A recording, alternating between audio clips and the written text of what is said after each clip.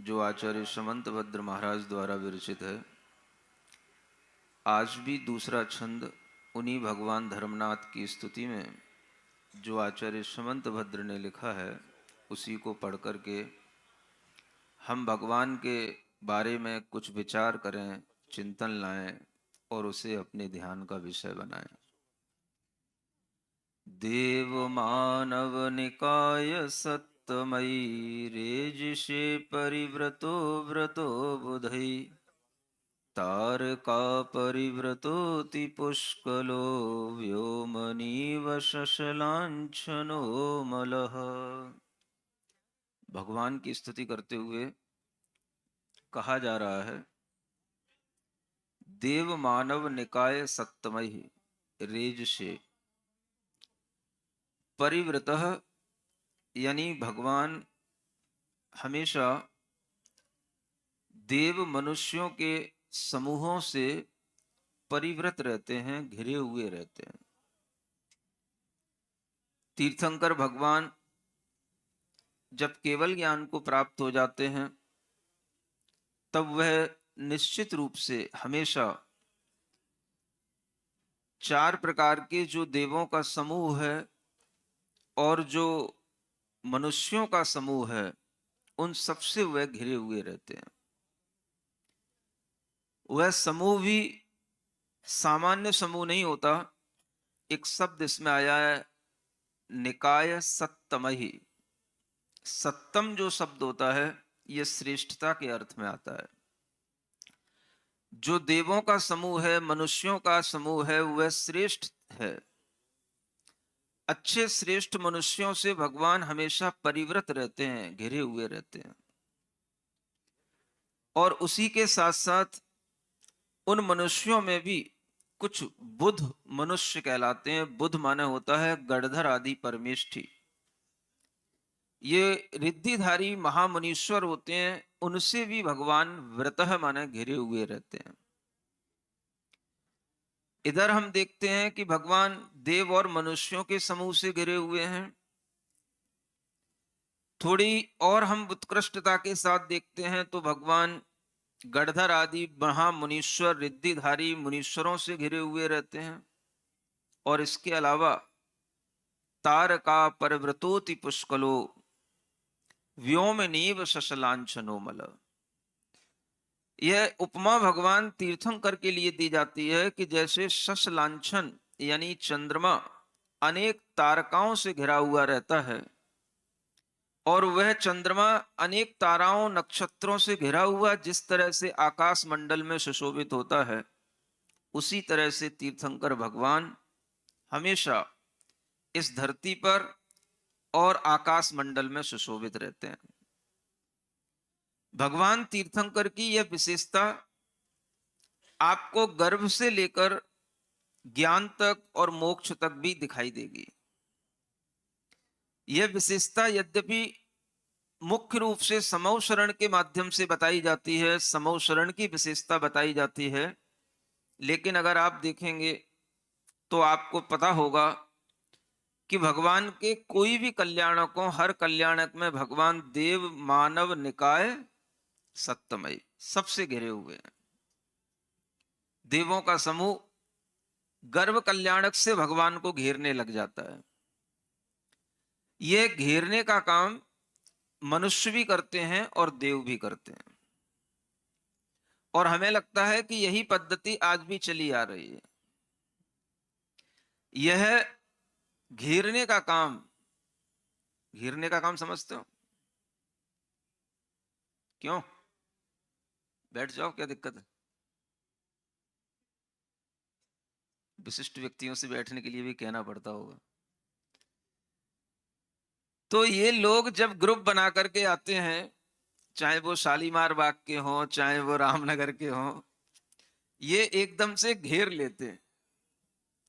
और ये घेरने का जो काम है, ये हमें लगता है ऐसी तरह से इन लोगों ने सीख रखा है कि जब तीर्थंकर भगवान देवों से मनुष्यों से घिरे रहते हैं तो हम भी महाराज को घेर करके ही रखेंगे।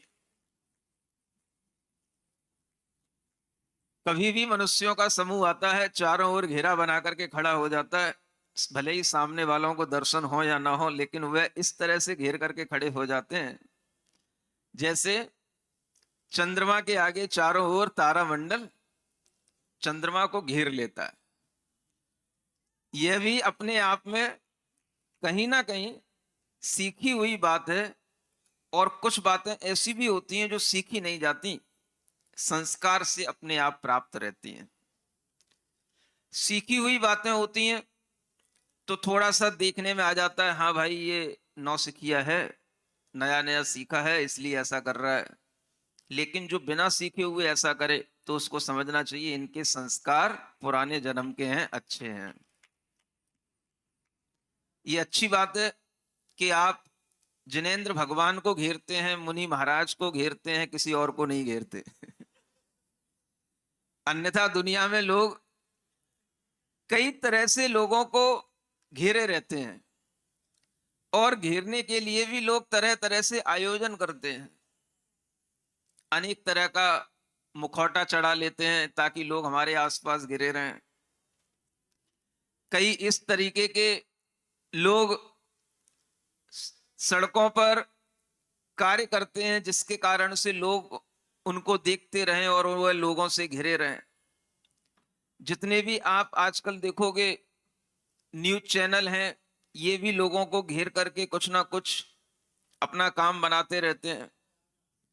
दुनिया में हर कोई व्यक्ति चाहता है कि हम घिरे रहें लोगों से, सुनते हो? लेकिन वीतराग पथ पर चलने वाले लोग चाहते हैं हम लोगों से दूर रहें, दूर रहें, चाहे वो तीर्थंकर हो चाहे वो मुनि महाराज हो, फिर भी लोग उनको घेरे रखते हैं। यह भी उनकी अपनी आप में एक विशेषता बन जाती है। दुनिया में दो तरह के लोग हैं, एक चाहते हैं कि लोग हमें देखें हम घिरे रहें, और एक चाहते हैं कि नहीं हम अकेले में रहें, हमें कोई भी न देखे, हम किसी से न घिरे रहें, लेकिन फिर भी वो घिरे रहते हैं। कौन से लोग श्रेष्ठ हैं? तो जो वीतराग पथ पर चलने वाले लोग होते हैं वह दुनिया से अलग हट जाते हैं, वह दुनिया से मतलब नहीं रखते, वह लोगों से घिरा हुआ रहना पसंद नहीं करते, लेकिन फिर भी लोग उनको घेरे रहते हैं। यह भी उनकी एक विशेषता बन जाती है। यह तीर्थंकरों की विशेषता आचार्य समंतभद्र महाराज बता रहे हैं, तो कुछ तो विशेष होगा ही भाई। ये घिरे हुए हैं, घिरे हुए हैं, इसमें क्या विशेषता हो गई? और एक छंद में दो बार बोला गया अलग अलग, देव मानव निकाय सप्तमयी परिव्रत। परिव्रत माने घेरा बना हुआ है देव मनुष्यों का। फिर व्रतो बुधई, फिर घिरे हैं, बुधों से अलग व्रत है।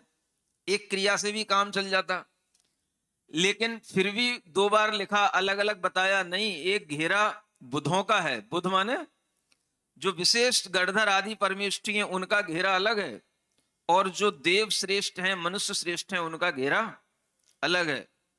इस तरह के घेरों से घिरे रहना भी भगवान की एक विशेषता बन जाती है, और भगवान का एक यह सौंदर्य बन जाता है, उनका एक अतिशय बन जाता है। अब आप सोचो कि भगवान के लिए जब हम स्तुति कर रहे हैं तो उस स्थिति में हम भगवान को घिरा हुआ देख रहे हैं, और उस घेरे की कहानी कहते हुए या घेरे का वर्णन करते हुए हम भगवान की स्तुति कर रहे हैं, तो इसमें भगवान की कौन सी स्तुति हो रही है? क्या सुना? इसमें भगवान की कैसे स्तुति हो रही है? भगवान की स्तुति में ये घेरे का क्या काम है?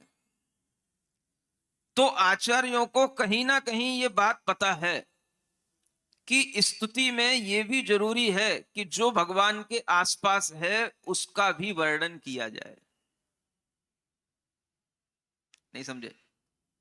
जो भगवान के आसपास वातावरण है उसका भी वर्णन किया जाए, और उस वर्णन के बीच में भगवान को दिखाया जाए, और वह जो कुछ भी भगवान के आसपास होगा वो भगवान की महिमा के कारण से होगा, इसलिए वह सब भगवान की स्तुति का विषय बन जाता है।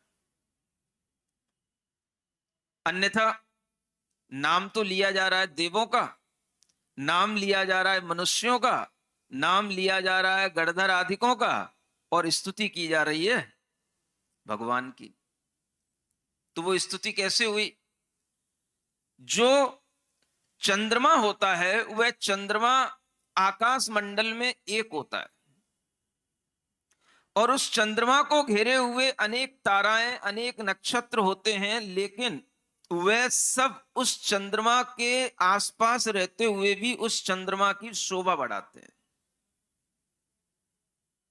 जब आकाश निर्मल हो, चंद्रमा पूर्ण प्रकाशमान हो, उस समय पर आप चंद्रमा को देखेंगे तो चंद्रमा के आसपास आपके लिए कोई तारागण मिल भी जाएंगे तो उनके कारण से भी वो चंद्रमा सुशोभित होता है। क्यों होता है? अन्य जितने भी तारागण हैं उनका प्रकाश कम है और चंद्रमा का प्रकाश सर्वाधिक है, फिर भी चमक सब रहे हैं सभी ज्योतिष देवों के विमान, लेकिन उनमें भी चंद्रमा श्रेष्ठ माना जाता है। चंद्रमा सभी ताराओं का राजा माना जाता है और वह इंद्र माना जाता है। ज्योतिष लोक का वह इंद्र कहा गया। इसलिए कई बार जब भगवान की महिमा का वर्णन करते हुए उपमा दी जाती है तो चंद्रमा की उपमा देकर के वर्णन किया जाता है, क्योंकि चंद्रमा जिस तरह से ज्योतिर्लोक का इंद्र है उसी तरह से भगवान तीर्थंकर पूरे 3 लोक के नाथ हैं, इंद्र हैं, सर्वश्रेष्ठ हैं। ये बताने के लिए यह स्तुति का रूपक तैयार किया जाता है। तो हम भगवान की जब स्तुति करते हैं तो न केवल भगवान को देखते हैं, किंतु भगवान के आसपास जो चीजें हैं, जिन चीजों से भगवान घिरे हुए हैं, हम उन चीजों को भी देखते हैं। सभा में कौन कौन बैठा है, वह सभा किसकी है और सभा में रहने वाले जो सभासद हैं वो कौन हैं, ये दोनों ही अपने आप में विशेष हो जाते हैं। गर्भ कल्याणक में इंद्र की सभा कल लगी थी, आप सबने देखी। इंद्र जब सभा में बैठता है तो अन्य और भी उसके साथ में प्रतीन्द्र होते हैं और भी उसके बहुत सारे अनुचर होते हैं, वो सब सभा में बैठे होते हैं, लेकिन उन सबके बीच में वह इंद्र अपने आप में अलग सुशोभित होता है। इसी तरह से भगवान तीर्थंकर जब सभा में बैठे होते हैं तो सभा में भी सुशोभित होते हैं, और अगर उनका गर्भ कल्याणक हो रहा है, जन्म कल्याणक हो रहा है, आप देखोगे देव उनको घेरे ही रहते हैं। देव हो, देवियां हो, अनेक तरह की और भी 56 कुमारियां आदि जो देवियां हैं वो भी हो, वो सब भगवान के गर्भ कल्याणक से ही उनको घेर करके, और जब भगवान घिरते हैं तो भगवान के माता पिता भी घिरने लग जाते हैं। अभी तो भगवान जन्म लिए ही नहीं, तो अभी किसको घेरा जाए? तो जिनसे उनका जन्म होना है उनको घेरा जाए, तो माता को घेरे रहते हैं सभी देवियां, ऐसे घेरे रखती हैं, बिल्कुल उसी तरह से जैसे भगवान को घेरने के लिए तैयार हो, और जैसे चंद्रमा को ताराएं घेरे रखते हैं, इसी तरह से अनेक प्रकार की देवियां उस माता को भी घेरे रखती हैं और उस माता का भी पूरा ख्याल रखती हैं, पूरी सेवा करती हैं। माता के लिए किसी तरह का कष्ट न हो जाए, एक इशारा भर तो करना बहुत बड़ी बात है। अपने आप पहले से समझ लेना कि हाँ इनकी इच्छा क्या होने वाली है, और उससे पहले ही वो चीज ला करके उपस्थित कर देना, ये उन देवियों का काम रहता है। क्या सुन रहे हो?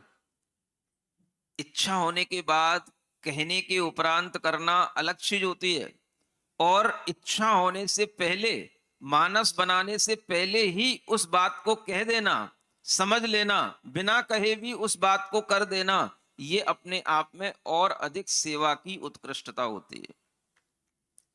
तो ऐसी सेवा मां की किसके माध्यम से? देवियों के माध्यम से होती है।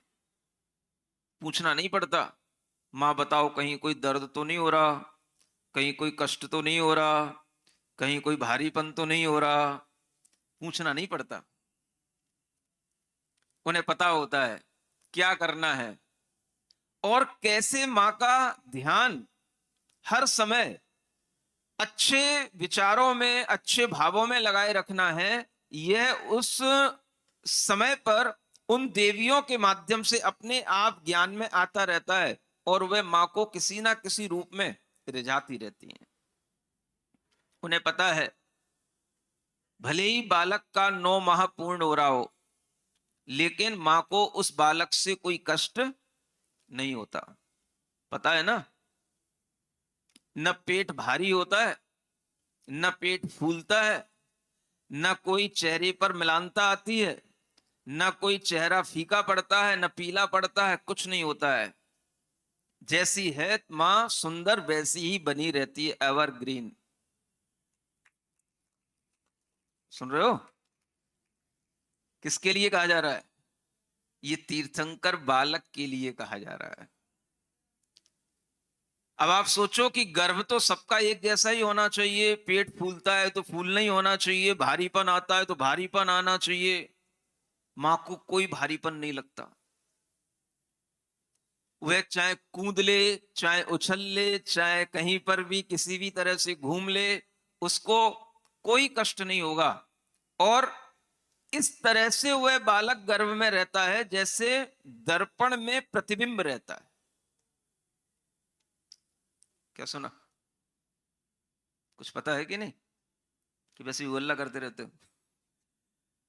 दर्पण में प्रतिबिंब आने पर दर्पण में कोई भारीपन आता है? नहीं आता। ऐसे ही उस प्रतिबिंब की तरह बस मां के गर्भ में वह बालक इतना हल्का होकर के रहा आता है। सोचो तो, जो बालक इतना दयावान हो, इतना करुणावान हो कि जिसके कारण से असंख्यात जीव उस भव में अपना आत्म कल्याण करेंगे, वो बालक अपनी मां को कष्ट कैसे दे सकता है? मां के लिए भारीपन होना, मां के लिए किसी भी तरह का चलने फिरने में कष्ट होना, ये भी उस बालक के निमित्त से जब नहीं होता तो आप समझ सकते हैं जलते भिन्न कमल है। ये उपमा इन तीर्थंकरों के लिए घटित होती है। संसार में रह करके किसी के लिए भी कभी भी उनके माध्यम से कोई कष्ट नहीं होता, कोई भी उनके बारे में कभी भी विपरीत सोच नहीं सकता, और किसी भी तरह की उनकी चेष्टा से किसी को द्वेष नहीं हो सकता, क्रोध नहीं आ सकता। उनकी चेष्टा से किसी को उनके प्रति किसी भी तरह की ग्लानि उत्पन्न नहीं हो सकती, और ना वो किसी को कभी भी मन से, वचन से, अपनी काया से किसी को कभी भी क्षति पहुंचाते हैं या किसी भी तरह का कोई कष्ट देते हैं। इतना मनोभाव उस तीर्थंकर बालक का जो जीव है, वह जो आत्मा है, वह पूर्व पुण्य और पूर्व जो भावना है जगत के कल्याण की भावना, जिसके कारण से तीर्थंकर प्रकृति का बंध होता है। अनेक जीव इस संसार से मुक्ति को प्राप्त करें, ऐसी उस संसार से पार उतारने वाली जो जगत कल्याणी भावना, जिसके कारण से उस जीव में भी इतना हल्कापन आ जाता है कि वह गर्भ में वृद्धि तो कर रहा है, महीने बढ़ रहे हैं। सुन रहे हो ना? महीने महीने की तरह ही बढ़ेंगे। ऐसा नहीं समझना कि एक रात में ही वो पिक्चर की तरह कुछ बढ़ गया हो, ये तो आपको दिखाने के लिए है। महीने 1 महीना, 2 महीना, 3 महीना इसी तरह से बढ़ेंगे। शरीर में जो अवयव उत्पन्न होते हैं, शरीर की जो निर्मित होती है, शरीर का जो विकास होता है, वो भी उसी क्रम से बढ़ेगा। 3 महीने में जितना बढ़ता है एक सामान्य शिशु का, 5 महीने में, 9 महीने में उसी तरीके से बढ़ेगा। बढ़ सब रहा है, लेकिन पेट में वेट नहीं बढ़ रहा है। क्या सुन रहे हो? क्या बोला? ये अपने आप में यहीं से देखना चाहिए। गर्भ का सबसे बड़ा अतिशय किससे आ रहा है? तो उस जीव के कारण से आ रहा है। उस जीव की भावना इतनी पवित्र है कि वह जीव इस धरती पर जब जन्म लेने वाला है, जिस माँ के गर्भ में आया है, वह उस माँ को भी कष्ट नहीं दे सकता, तो दुनिया के किसी भी जीव को वह कभी भी कोई कष्ट नहीं दे सकता। इतना संकल्प उसका पूर्व जन्मों का है, आज का नहीं है। कब का? पूर्व जन्मों का। पूर्व जन्मों से भावना भाता आया है, मेरे मन वचन काय की चेष्टा से किसी को दुख ना हो। सुनते हो? और ये भावना सामान्य गृहस्थ तो भा लेता है, सामान्य गृहस्थ के अंदर भी ये भावना आ सकती है, लेकिन जितने भी तीर्थंकरों का पूर्व जीवन आप देखोगे, तो वह पूर्व जीवन में मुनि महाराज बनकर के ये भावना बाते हैं।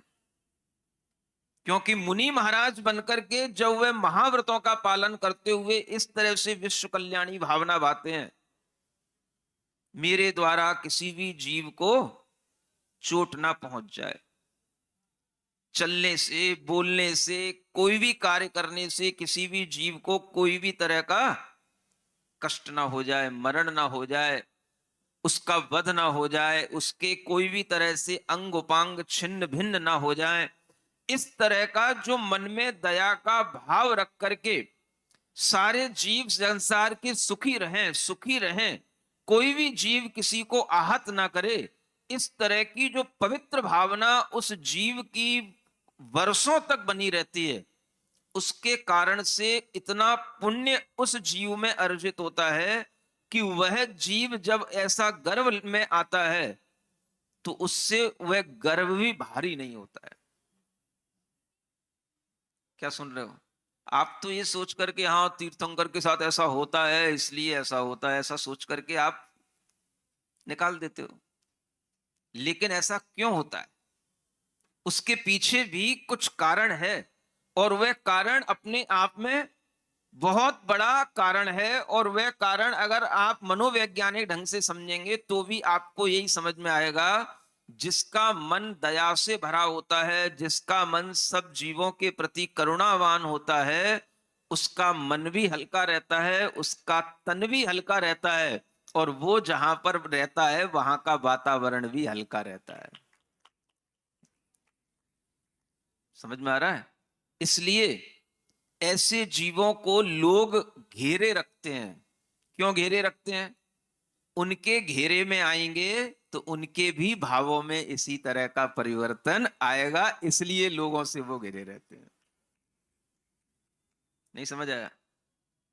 आप जब दयावान, करुणावान, सरल और अपने आप में जो सबके कल्याण की भावना रखता है, ऐसे किसी मनुष्य के निकट बैठेंगे तो आपके भावों में भी उसी तरह का परिवर्तन आने लगेगा।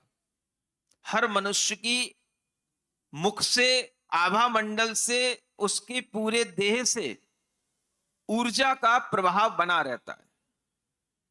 अगर आपके अंदर दूसरों का हित करने के भाव हैं, तो जीव आपके निकट आते ही अपना हित कर लेगा। उसे कहना नहीं पड़ेगा कि मेरा ये कार्य हो जाए, मेरा ये हित हो जाए, मेरा इस तरह का कल्याण हो जाए, कहने की भी जरूरत नहीं पड़ती।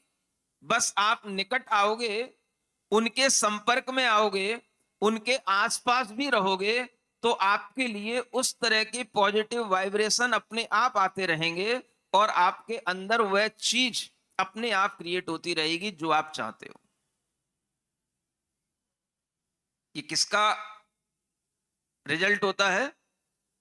यह उस जीव के परिणामों का, उस जीव के भावों का होता है, जो दुनिया में एक होता है, लेकिन उसके आसपास अनेक और भी होते हैं, तो वो उन सब में भी उसी तरह की भावना भर देता है। एक चुंबक होता है, और उसके इर्द गिर्द चुंबक के आसपास कहीं पर भी कोई भी आयरन पार्टिकल्स होंगे, तो वो उस चुंबक के निकट आ ही जाएंगे। अब क्या कहोगे? चुंबक खींचता है उन आयरन पार्टिकल्स को, या वो आयरन के पार्टिकल्स के अंदर वह योग्यता है कि हाँ वही चुंबक की ओर खींचेंगे। समझ आ रहा? मिट्टी के पार्टिकल तो नहीं आएंगे, किसके आएंगे? लोहे के ही आएंगे। तो यह उस चुंबक की विशेषता होती है कि वह जो अच्छी धातु है उसको अपनी ओर खींच लेता है। और खींच करके क्या कर लेता है? अगर वो पार्टिकल्स उसके आसपास बने रहे, वो उसके खिंचाव में आकर के उसकी एनर्जी को गेन करते रहे, तो वो भी पार्टिकल्स एक दिन चुंबक के रूप में तैयार हो जाते हैं, वो उनमें भी चुंबकीय गुण आ जाता है। सुन रहे हो कि नहीं? पपड़ियां सी बजा रहे हो?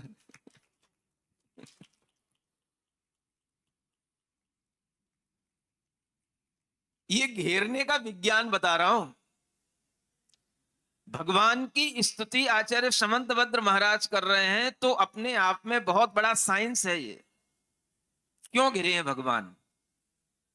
कोई उन्होंने योजना बना करके घेरने की कोई भी क्रिया नहीं बना रखी है, लेकिन लोग इसलिए घेर करके उनको रखते हैं, लोगों को पता रहता है पारस के संपर्क में आओगे तो तुम भी पारस बन जाओगे, ऐसा रस पा जाओगे कि तुम भी पारस बन जाओगे। ये संपर्क, सानिध्य का ये प्रभाव होता है। इसलिए सानिध्य भी अपने आप में महत्वपूर्ण होता है, और जो महापुरुषों के सानिध्य में रहते हैं उनके अंदर भी उसी तरह के चुंबकीय गुण आने लग जाते हैं। आएंगे कब? जब उनके निकट में रहोगे, उनके इर्द गिर्द घूमोगे। समझ आ रहा है? ये घूमने का विज्ञान है। तो अब आप घूमो, कहां जाना है आपको? सुन रहे हो? जब आपसे कहते हैं बच्चे हमें घुमाने ले चलो, आप अपने पतियों से कहती हो हमें घुमाने ले चलो, बहुत दिन हो गए घर में, है ना? तो अब कहाँ घुमाने ले चलो? अगर पति आपसे कहे चलो, कहाँ चलें? तो कभी कभी ऐसा भी सुनने में आता है, पति कहता है चलो अब छुट्टी का टाइम आ रहा है, चलो कहीं ना कहीं महाराज के पास चलते हैं, किसी तीर्थ क्षेत्र पर चलते हैं। तो पत्नियां बिगड़ने लग जाती हैं, अरे क्या भाई भाई भाई, वही वही धर्म की बातें करते रहते हो तुम भी, अब कभी कभार कहीं शिमला और नैनीताल भी ले चला करो। नहीं समझ में आ रहा? तो ऐसे पत्नियों के अब दिमाग खराब होने लगे। अगर कोई घर में एक आदमी भी ऐसा हो जो इस तरह की भावनाओं को समझता हो,